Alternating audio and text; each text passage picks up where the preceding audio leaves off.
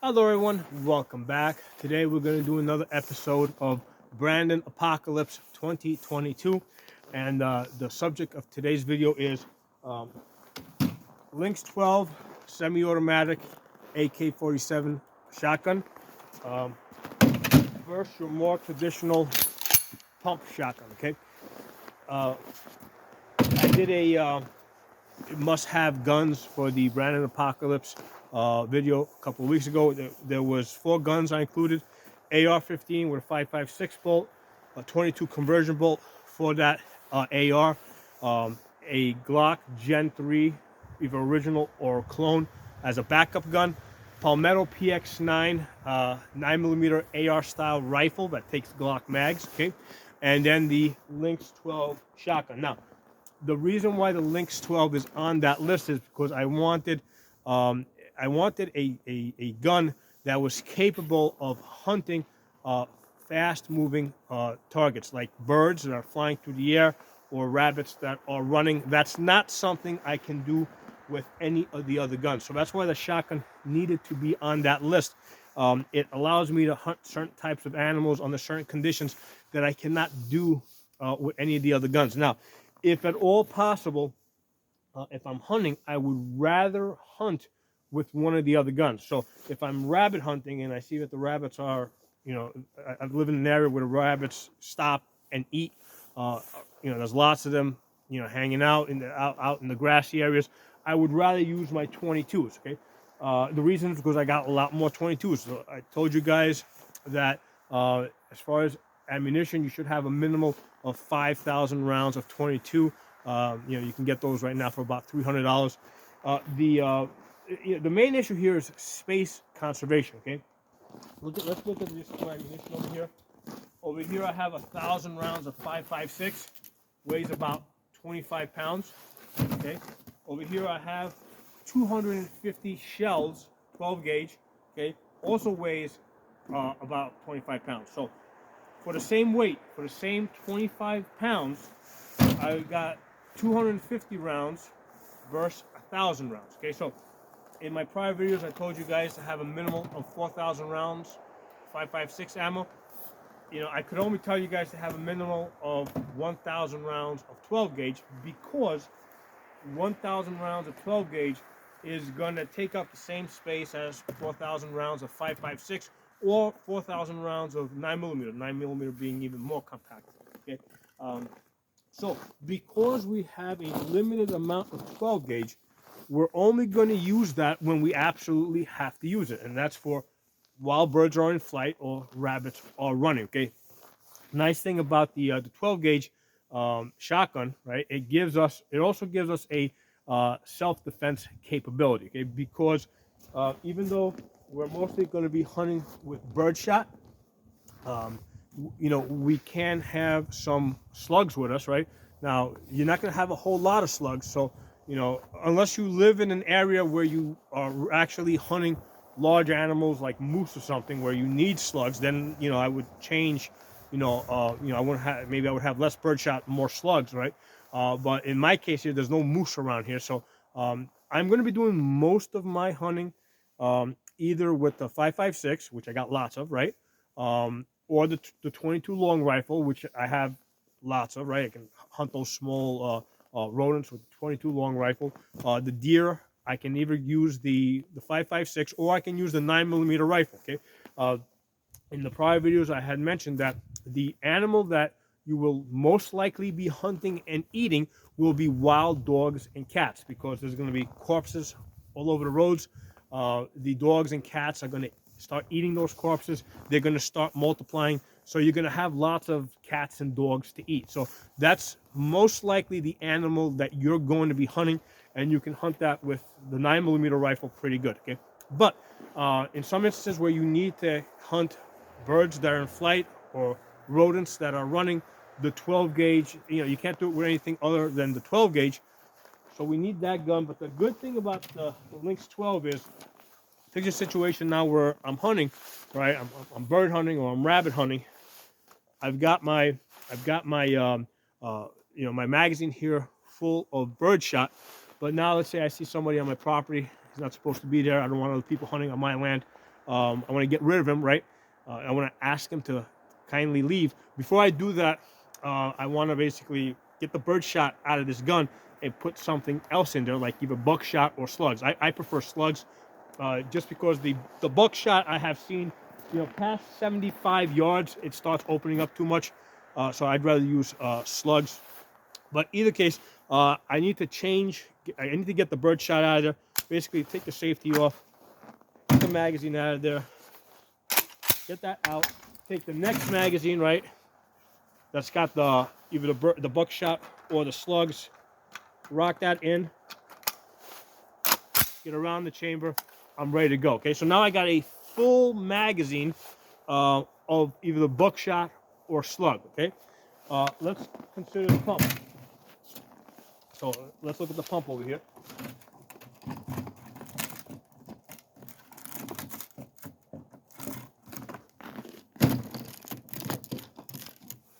All right, so let's get one around the chamber.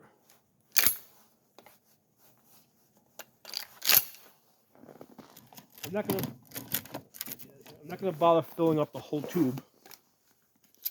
Okay, so we got one round of chamber, and let's assume we got a full tube. Okay, same thing. I got birdshot in here, right? Got one shot here. I got 5 birdshot in the tube. Same situation. I got somebody on my property. I want to get rid of them, right? I don't want them hunting my animals.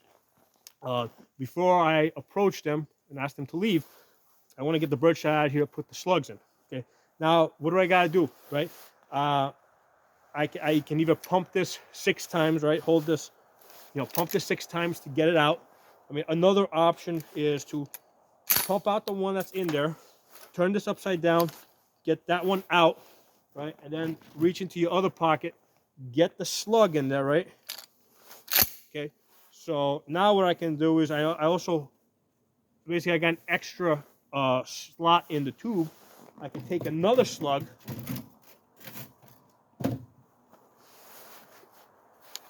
and put the slug in there. Okay, so now what I have is I got 1 slug in the chamber, 1 slug in the tube, that's going to feed next, and then I got 3 birdshot behind that. Okay, so I only got 2 shots of slug or buckshot, depending on what I'm using. So this is definitely a handicap, right? Basically, if I want the whole tube, full of buckshots or slugs, I got to sit there and, and pump that 6 times to get everything out, and then I gotta sit there and pump and basically fill this tube up one by one. And when it's winter time and you got gloves on, right, it can be really hard to get your fingers in the right place to fill this, because you are repeating the same action over and over and over again. It increases the chance that you're going to make a mistake. Okay, get that out of there. That's empty. With the shotgun, with the Lynx 12 rather, that's magazine fed. Okay, the AK, because these are AK style magazines, right? That you got to rock in, right? You got to hook it. It can be a little bit of a pain in the ass to get it into the right position, right? You might slip it like I just did. Right, where are you? There it is. Whoop. There it goes. But once you get it in, you got 10 rounds in there. Okay, so in either case, there's a feeding effort involved, but with the pump, you're feeding the shells individually, and you gotta do it 5, 6 times. Whereas with this, you only gotta feed 1 magazine. Okay, so if you're gonna make a mistake, if you're gonna slip or something, you're only gonna do it once, right? You're gonna, you're not gonna get to repeat that same mistake, 5, 6 times over and over again, which is possible when you're trying to push shells in there. Okay, gun empty. Okay, so that's the first problem with pumps. Whatever you have in the tube, right? If you want to change out the ammunition, there's a more complex procedure that you gotta go through to change out the ammunition. Getting the shells into the tube, because of the way you have to grab the shells and push them in with your thumb, is a little bit more harder, right? Especially when it's, I think it's like 20 degrees right now. So you gotta have gloves on. That can also be a little bit harder. So there's a problem. Now, as far as the operation of the gun, okay, semi-automatic, once you got the round in the chamber, right, as long as you're shooting it and you're pushing into the gun, right, so that the gun has something to press against as it cycles, it's generally going to work, okay? If you get, let's say you have a jam, right, the way you fix a semi-automatic that jams up, take out the magazine, cycle the gun, get the next magazine in, and, you know, chamber round, and you're ready to shoot, okay? So that's the only problem that you're likely to have with the operation of a semi-automatic shotgun. Now with the pump, okay, the problem that I've been seeing for 12 years as an instructor, right, training people on these pumps, is that both beginners and also experienced people, under stress, they will do two things. They will short stroke. They will short stroke the shotgun. That means they won't pump it hard enough to eject the empty shell and then feed the next one in. Okay. And the second problem that I see is when they, you know, which we already mentioned, is when they go to reload, they're dropping shells all over the ground. Okay. So those are the two problems with the pump shotgun that I see both beginners and experienced people. And here's the thing: even with experienced people, right? Most of the time when people are shooting their shotguns, what they're doing, they're busting clay discs, or if they're hunting, basically they're loading them in a very comfortable position. When I train people with the shotguns, I put them, you know, I have them shooting from behind cover or laying on the ground, right? Laying prone, trying to pump this while you're prone on the ground, or kneeling, or, you know, some other. It's not as easy and as comfortable to pump the shotgun. Okay, so the same people that say they never pump, that never jam up the shotguns while they're pumping them, when you put them in a more stressful type of situation, in a more uncomfortable type of position, they also short stroke the guns. Okay, and in those same positions, they'll drop shells. Okay, so those are the problems that I have seen with the pumps that I see less of when I train people on a semi-automatic AK style shotgun. Okay? Now, the next thing we're going to talk about is reliability, because that's the other issue that comes up when we're talking about these shotguns, reliability. Now, I want you to take a good look at this shotgun, right? You can see the wear on it.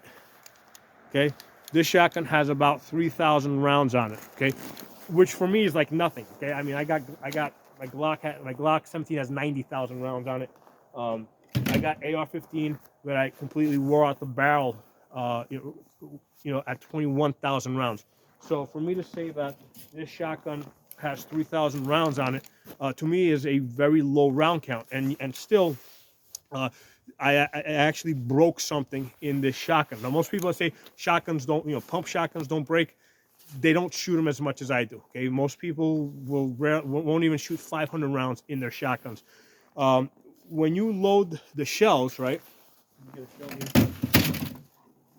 As you press the shell in, there's this little metal piece that comes out, right? So as this goes in, it comes out, and then it sticks out, and it stops this from shooting back out. So there's this little metal piece that's spring activated that stops the shell from popping out. And likewise, when you pump it, moves out of the way just enough so that the shell will come back out. Okay, that's the piece that broke on this pump right here. Okay? That is a New England partner, which is an 870 clone, but I've also heard that other people that have had 870, actual Remington 870s with high round counts have broken that same piece, because it's basically the same piece, right? So now that was fixed under warranty, shipped it out, sent it back to me fixed. But the point is that it broke within 3,000 rounds. Okay. Now I had another shotgun that was a 20 gauge. That same piece broke on that one. It broke in a different way. The problem with that, and this was a brand new gun. What would happen is that the shells would basically get stuck in the tube. When you would pump it, that little piece of metal that's supposed to move out of the way so if the shell can come back, it wasn't moving out of the way enough. Okay, so you were sitting there pumping it, and it wasn't feeding. I sent that back to the company. I think that was a Mossberg. I sent it back to the company for them to fix it. And then they sent it back to me. It shot good for I don't know, maybe another 50 rounds, 100 rounds or something. And then it started having that same problem. And what I did is I sold that gun. You know, I took it to the gun store. I sold it off on consignment.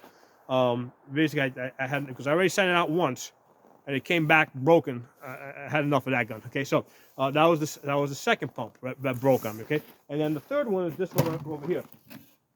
This one's a Mossberg. Okay, basically on this one, the piece that broke is the point where the handle connects to the rail that pumps this. Remember, every time you pump this, you're pumping this hard. You have to pump it hard to make sure you eject the empty shells.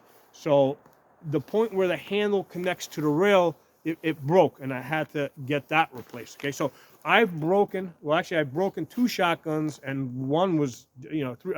I've had a problem with 3 pumps. 2 of them I broke, right, just from high usage, and one was just factory defective that I got rid of, right. So this one over here has about 3,000 rounds on it. This one over here has about 1,000 rounds on it. Okay, so they do break. You know, people that say pump shotguns don't break, I think they just don't shoot them enough. Okay, I mean, all machines break.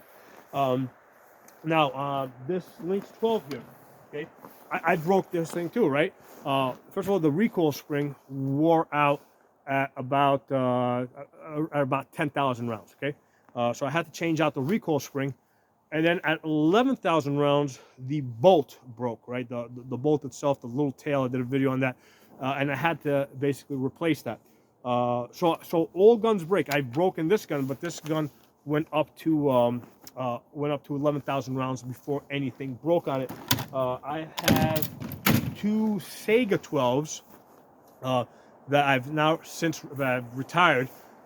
Each of those did about 30,000 rounds each before the bolt carriers cracked at the point where the bolt carrier connects to the piston. I did a video on that.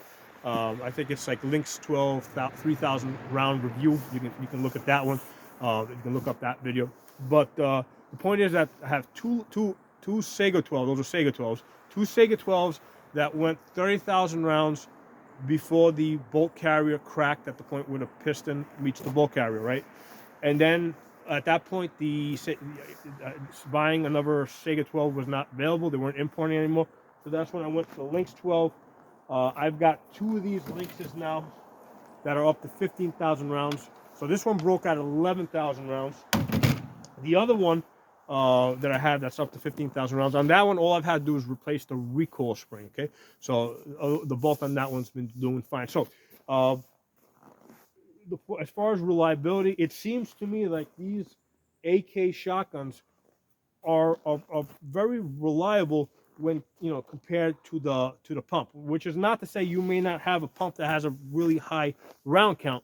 All I'm saying here is that you can't say that these Lynx 12s are not reliable. Now, the quality control coming out of China is a little iffy. Okay, so when you get these guns, you gotta test them out. But if you get it and it's working, chances are that you've got a Lynx 12 that's going to be good. Okay, so the design concept